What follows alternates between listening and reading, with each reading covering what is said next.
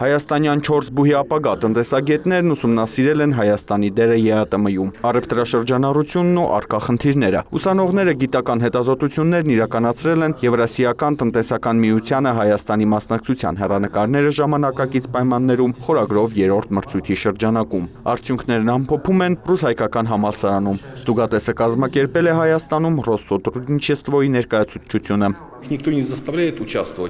ոք չի ստիպել, որ ուսանողները մասնակցեն այս մրցույթին, բայց ընթացքը ցույց տվեց, որ նրանց իսկապես հետաքրքրում է այս թեման։ Ցանկանում են հետազոտել, հասկանալ, ինչպիսին է այսօր այն աշխարհը, որում հիմա նրանք ապրում են։ Գրեթե 1 տարում մենք ստացել ենք տասնյակ գիտական աշխատանքներ, որոնք ուսումնասիրել է մասնագիտական ժյուրին։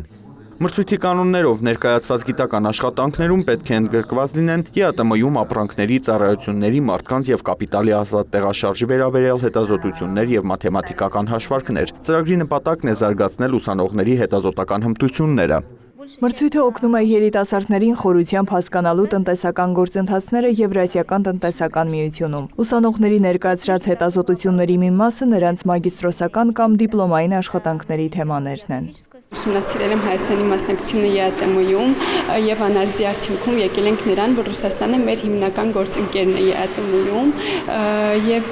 որոշեցինք անել նաեւ էկոնոմետրիկ անալիզ, որի շրջանակներում հայտնաբերեցինք հիմնական ֆակտորները, որոնք ազդում են Հայաստանի արտահանման վրա։ Մրցանակի արժանացան ռուս-հայկական համալսարանի 3 եւ Մայրբուհի 1 ուսանողներ։ Լավագույն աշխատանքները կհրապարակվեն տարբեր հանդեսներում, խթանելու երիտասարդների գիտական ակտիվությունը։